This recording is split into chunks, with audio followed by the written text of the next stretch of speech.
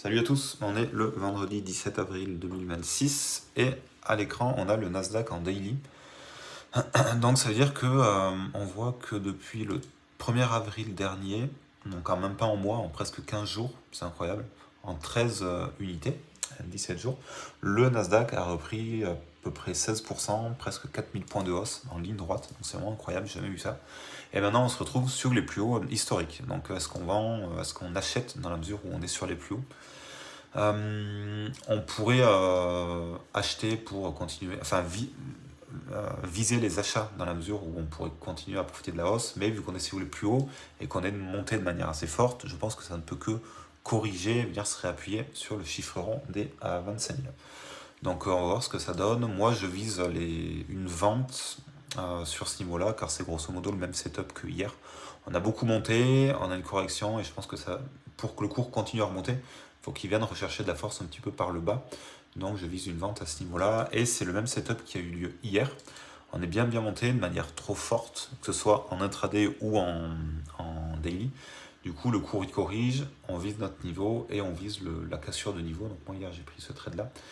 J'ai fait une petite dizaine de points, donc c'est plutôt bien dans ce marché un petit peu foufou. Donc on est vendredi, donc par rapport aux actions, donc évidemment toutes les actions sont en hausse avec le détroit d'Ormuz et tous ces trucs là.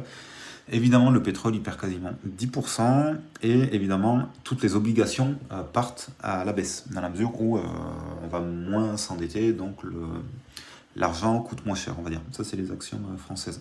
Donc, c'était vendredi dernier, j'avais acheté à peu près 4000 euros de Société Générale. Dans la mesure où il y a un setup très simple, c'est qu'en daily, on casse la moyenne mobile par le haut, après être passé en dessous en fait. Donc j'ai acheté ici, on est plutôt bien, quelques points de hausse.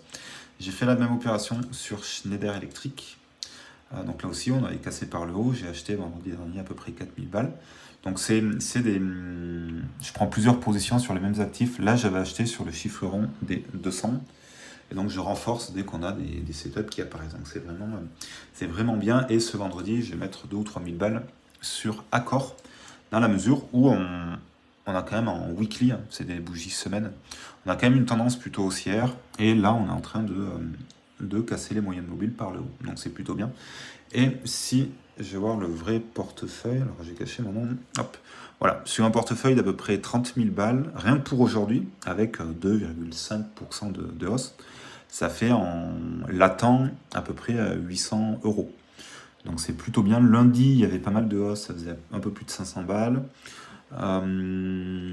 Les autres jours, c'était à peu près flat. Et là, on